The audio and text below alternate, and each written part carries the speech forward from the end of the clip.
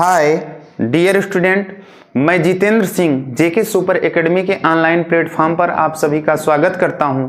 आशा करता हूं कि आप सभी लोग अच्छे होंगे, स्वस्थ होंगे और मस्त होंगे। तो आज की क्लास में हम बताएंगे संज्ञा के बारे में कि संज्ञा किसे कहते हैं। एक एक संज्ञा के बारे में परिभाषा और उदाहरण के माध्यम से हम आपको समझाएंगे। बहुत याद करने और रटने की जरूरत नहीं है, तो हमारे साथ आप लोग कॉपी और पेन लेकर बैठ जाइए।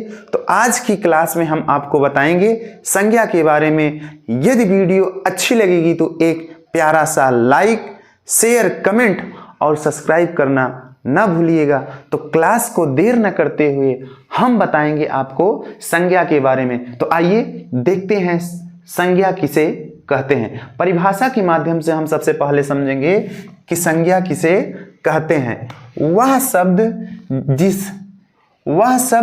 जिससे किसी प्राणी, वस्तु, स्थान, भाव का नाम ज्ञात हो उसे हम क्या कहेंगे? उसे संज्ञा कहेंगे। उसे हम क्या कहेंगे?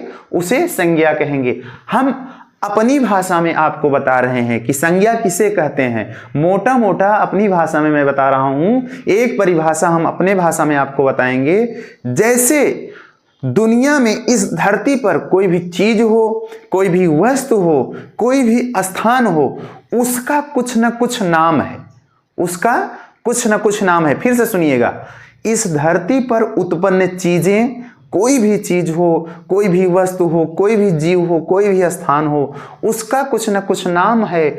वही जो नाम होता है वो संज्ञा के अंतर्गत आता है। उसे हम क्या कहते हैं? उसे संज्ञा कहते हैं। तो आइए हम अब बताते हैं इसके भेद के बारे में कि हिंदी में कितने भेद होते हैं और अंग्रेजी में कितने भेद होते हैं। तो हमको क्या पढ़ने की जरूरत है, क्या पढ़ने की जरूरत नहीं है। देखिए, हिंदी में संज्ञा के कुल 3 भेद होते हैं। पहला आपका व्यक्तिवाचक संज्ञा, ये हिंदी के भेद हैं। और दूसरा आपका जातिवाचक संज्ञा, ये हिंदी का भेद है। और आपका तीसरे नंबर पे भाववाचक संज्ञा, ये हिंदी के भेद हैं। हमने बताया व्यक्तिवाचक संज्ञा, जातिवाचक संज्ञा और भाववाचक संज्ञा, ये संज्ञा जो है हिंदी के भेद हैं। हिंदी में हमने बताया कि संज्ञा के 3 भेद होते हैं और अंग्रेजी आधार पर संज्ञा के 5 भेद होते हैं। लेकिन हमको इस वीडियो में 5 भेदों के बारे में जानना है और पढ़ना है और समझना है। तो पहला भेद आपका है व्यक्तिवाचक संज्ञा। व्यक्तिवाचक संज्ञा को हम परिभाषा के माध्यम से समझेंगे, जहां पर एक नाम और एक पहचान हो।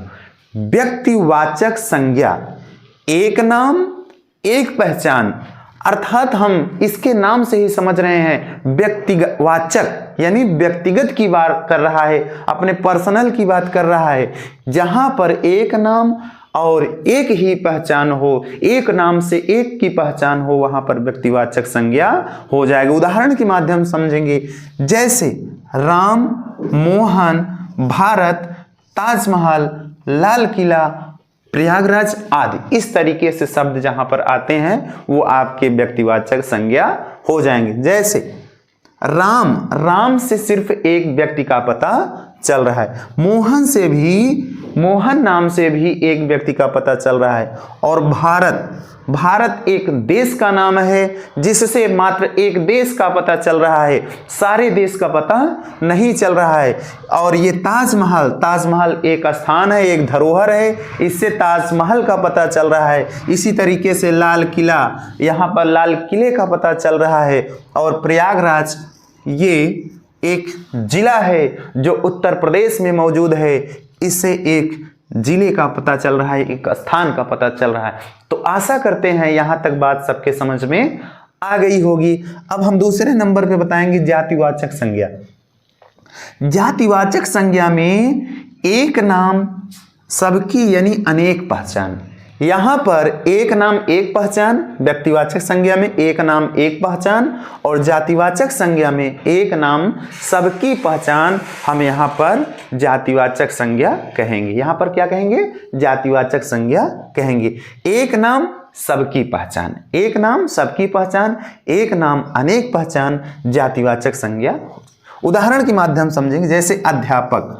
अध्यापक शब्द से पता चलता है कि यहाँ पर सारे अध्यापकों का परिचय हो रहा है। एक अध्यापक कह देने से इसमें सारे अध्यापक आ जाएंगे। वकील कह देने से सारे वकील आ जाएंगे, और चोर कह देने से सारे चोर आ जाएंगे। और कलम शब्द से कलम का परिचय हो रहा है, यानी जितनी कलमें हैं सबका परिचय हो रहा है।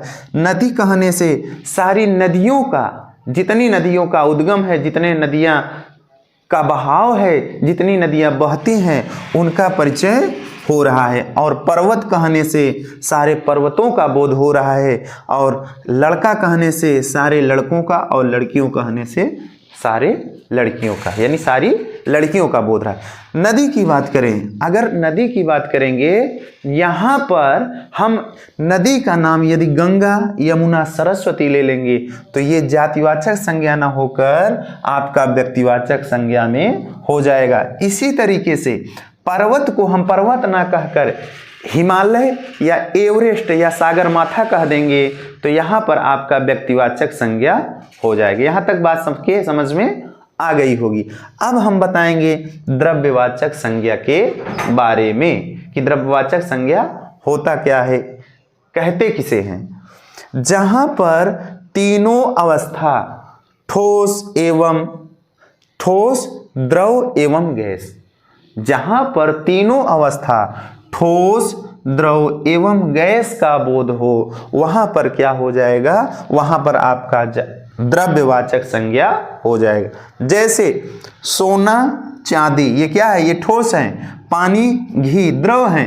धुआं और ऑक्सीजन ये आपका गैस है। हमने कहा जहां पर तीनों अवस्थाओं का बोध हो, ठोस, द्रव, गैस, गैसीय अवस्था का बोध हो, वहां पर आपका द्रव्यवाचक संज्ञा हो जाता है। तो बात यहां आपके समझ में आ गई होगी। अब हम बताएंगे नेक्स्ट संज्ञा, समूहवाचक संज्ञा। समूहवाचक का मतलब इसके नाम से ही पता चल रहा है कि समूहवाचक संज्ञा किसे कहते हैं, समूहवाचक संज्ञा क्या होता है। तो परिभाषा के माध्यम से समझेंगे, जहां पर दो या दो से अधिक या बहुवचन एवं समूह का बोध हो, जहां पर दो या दो से अधिक अर्थात बहुवचन एवं समूह का बोध हो, उसे हम समूहवाचक संज्ञा कहेंगे, कहते हैं। अब उदाहरण के माध्यम समझेंगे, जैसे कक्षा, कक्षा में कोई एक व्यक्ति विशेष नहीं होगा। इसी तरीके से टीम, इसी तरीके से सभा, समिति, आयोग, परिवार, झुंड और काफिला आदि। आप इनके उदाहरण से और ये शब्द से ही आपको समझ में आ रहा होगा कि यहाँ पर समूहवाचक संज्ञा हो जाएगा। यहाँ तक बात समझ में आ गई होगी।